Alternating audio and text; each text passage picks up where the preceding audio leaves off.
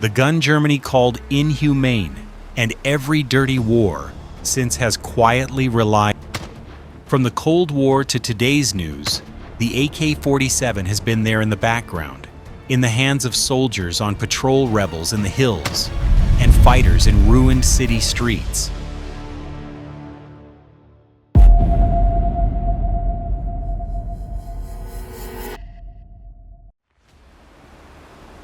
It appears on flags and murals, and in the photographs of war correspondents from 5 continents. Estimates suggest that 75 to 100 million AK-type rifles have been made, and with all variants included, they outnumber every other assault rifle in existence. It is a design from the late 1940s, yet it is still manufactured, still traded, and still fired. In this video, we will follow the path of this rifle from the drawing board to battlefields around the world. We will examine why it spread so far, why it is so hard to get rid of, and what its persistence tells us about the age we are living through.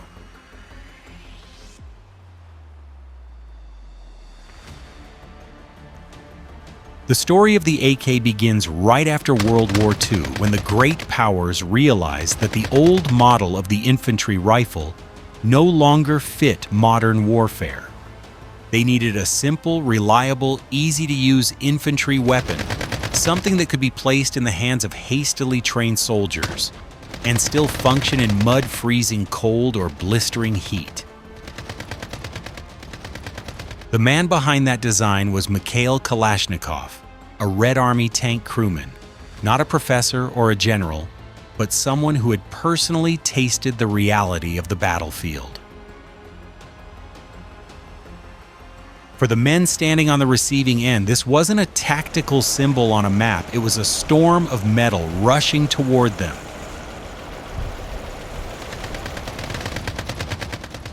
And then, as a very natural next step, someone asked the question, if a cannon fired like that is so effective, why not make a handheld version?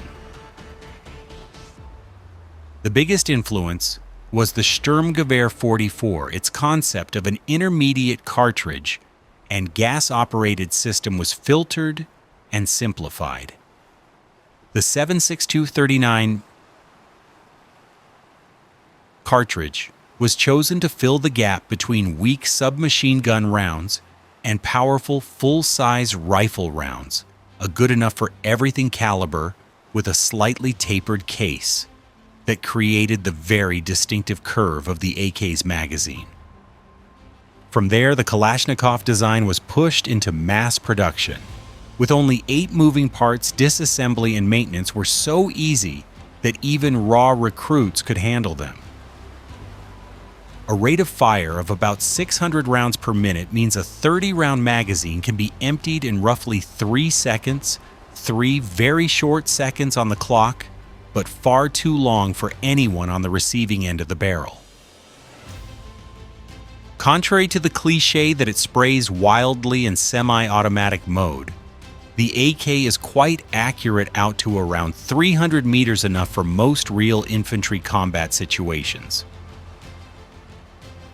The stamped steel receiver and sparse internal parts allowed fast production at low cost and did not demand a sophisticated industrial base. And it was precisely this combination, born from the aftermath of a global war and refined into a brutally practical design, that laid the foundation for the AK's long, uncomfortable journey through history.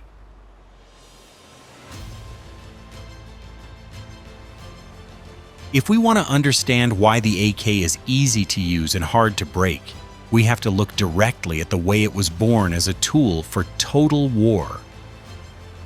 The entire Kalashnikov family was designed to be mass-produced in multiple countries, all following the same philosophy: the fewer things there are that can fail, the better.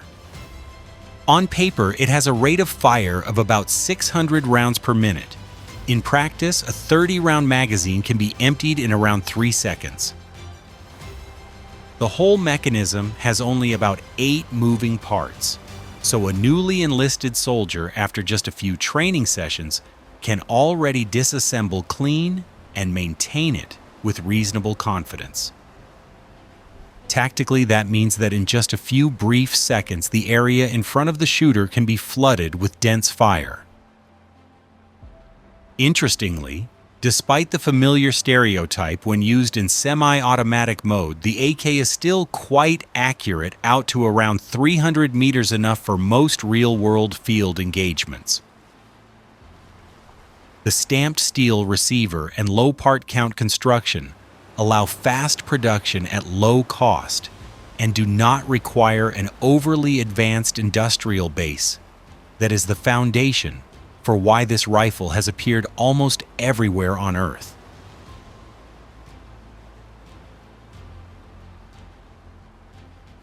To understand why the AK wandered across the planet, we need to go back to a very deliberate strategy from the Soviet Union.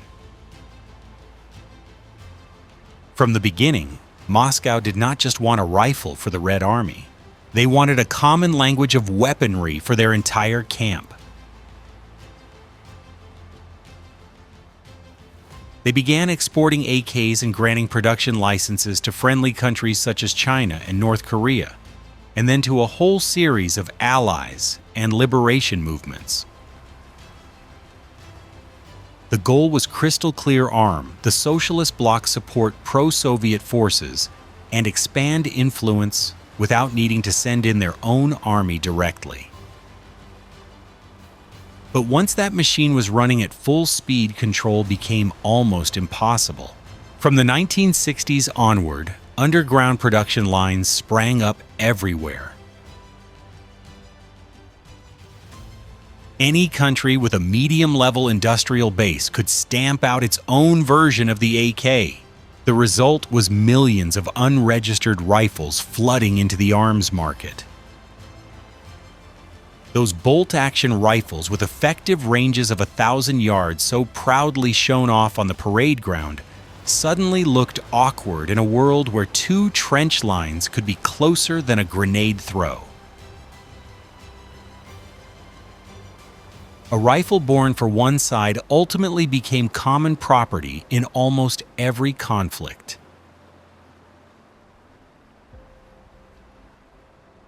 The AK's legend was not born in laboratories, but baptized in mud, rain, and snow.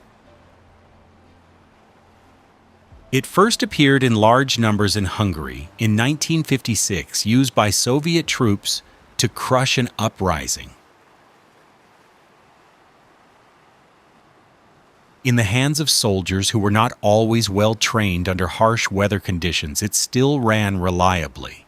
Very early on, the AK proved one thing: ease of use and low failure rate are the most dangerous advantages of all. In Vietnam, the rifle stepped into the jungle. Supplied to the People's Army of Vietnam and the Viet Cong, the AK proved far more durable than the early M16 variants, which suffered from technical and ammunition-related problems. In some long, drawn-out engagements where resupply was a luxury, a number of American soldiers even used captured AKs.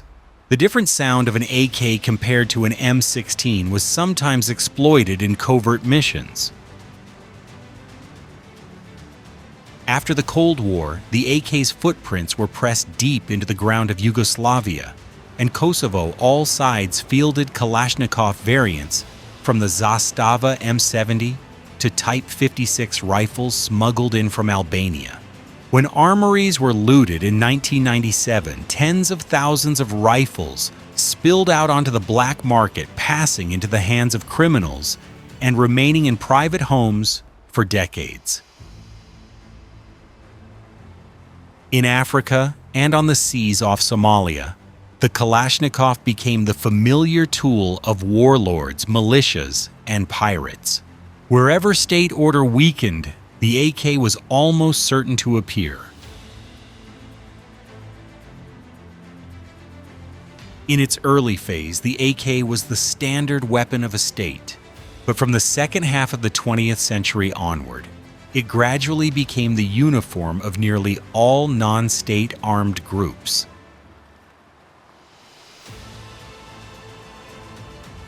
From the Taliban and Al-Qaeda to ISIS, countless extremist organizations have relied almost entirely on Kalashnikovs as weapons that are easy to obtain, easy to use, and hard to break.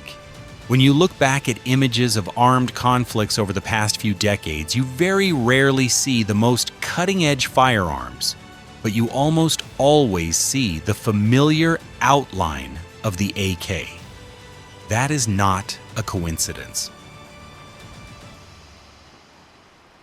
On the other side of the spectrum, the very same weapon appears on the national flag of Mozambique as a symbol of independence and resistance, reflecting the AK's role in the struggle to regain self-determination. The same silhouette, but the meaning in the eye of the beholder can be completely opposite.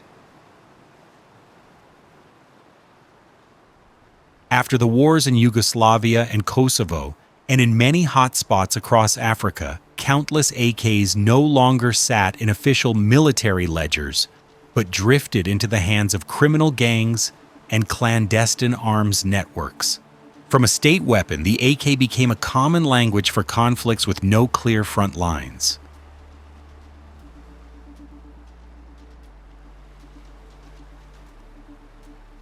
There is one truth many people don't want to look at directly. This rifle was originally designed for adults, yet history shows hands far smaller than that have gripped it tightly.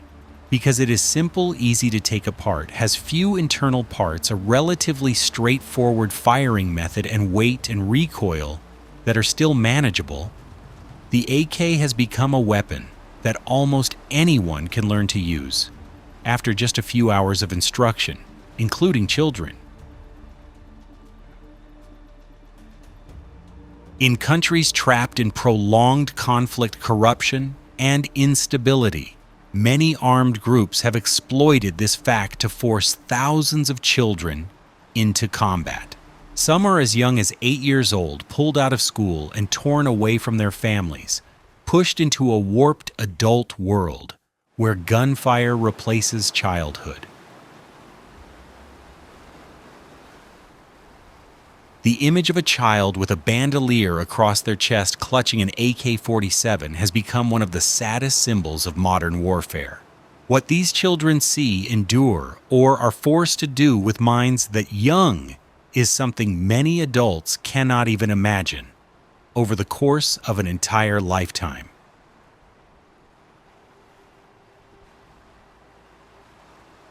Many veterans of Afghanistan and Iraq will tell you very plainly going house to house without a shotgun feels unsafe. Some variant of the Kalashnikov has appeared in nearly every conflict since World War II, in jungles, deserts, ruined cities, and remote villages. It is so ubiquitous that for many people the sound of an AK firing is almost synonymous with the sound of war itself. Conservative estimates suggest that at least around 100,000 people are killed each year by Kalashnikov variants. Simply multiply that number by more than 7 decades, and you begin to understand why its total number of victims far exceeds the casualties caused by the nuclear weapons that have been used in war. Atomic bombs create moments of horror that the entire world remembers. The AK is different. It quietly appears in thousands of small, drawn-out clashes where the casualty figures rarely make the news. For this reason, the Kalashnikov family is often called the most terrible weapon in modern history, not because of a single explosion, but because it has never stopped firing.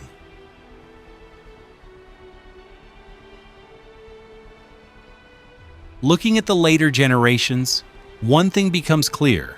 The AK is not just a rifle, it is an entire ecosystem of weapons. The AK-74 was the Soviet answer to the NATO 5.56 standard, using the lighter 5.45 AK-39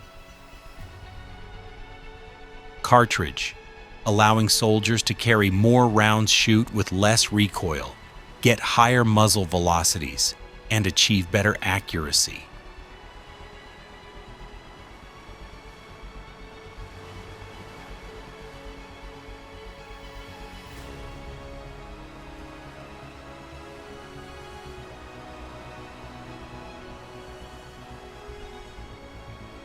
And so the shotgun, a weapon long dismissed as cheap, crude, and not very impressive, suddenly becomes a lifeline.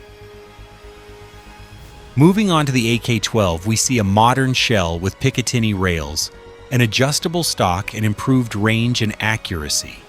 But the mechanical heart of the Kalashnikov remains the same.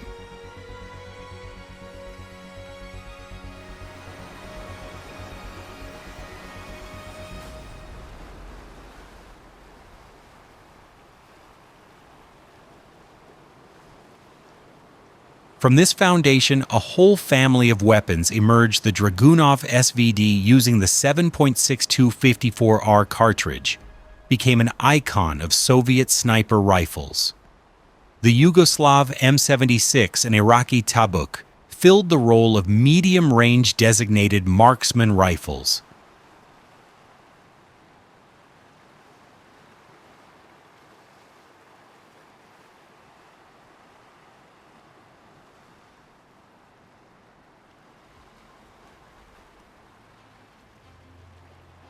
At squad level, the RPK, with its thicker, longer barrel and 75-round drum, took on the role of a light machine gun. Even the Saiga 12, a semi-automatic shotgun in AK form, shows just how flexible this design is able to stretch from distant front lines to very close quarters, while still keeping the same familiar mechanical language.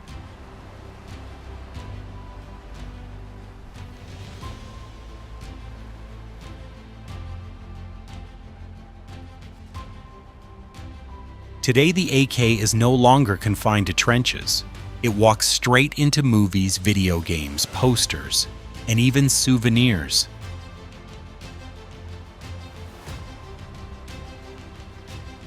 Just a quick glance at that curved magazine and the distinctive receiver, and almost anyone who grew up in the 20th century recognizes it immediately. But behind that familiarity lies a very long shadow.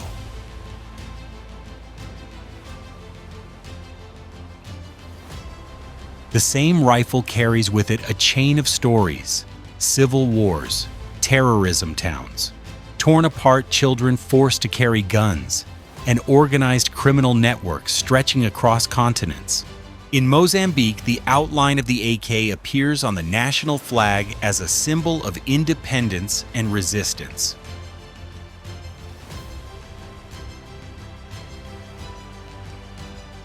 In many other places, it is the image of kidnapping, execution, and terror. The same lines of metal, but in each person's eyes, they carry a completely different meaning.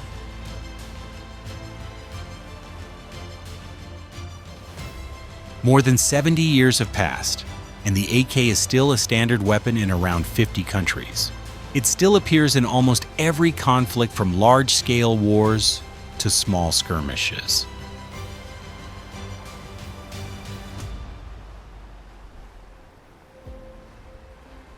Its legacy is a paradox: a simple, remarkably effective design inseparably tied to the terrible price humanity has paid in modern war.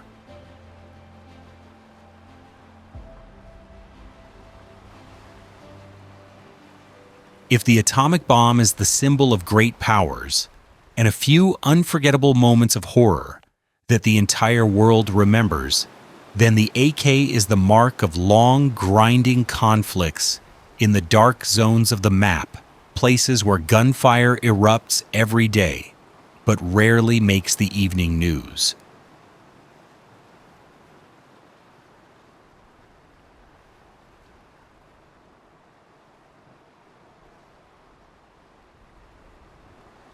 And perhaps the final question is no longer, why can a rifle kill more people than an atomic bomb? But rather,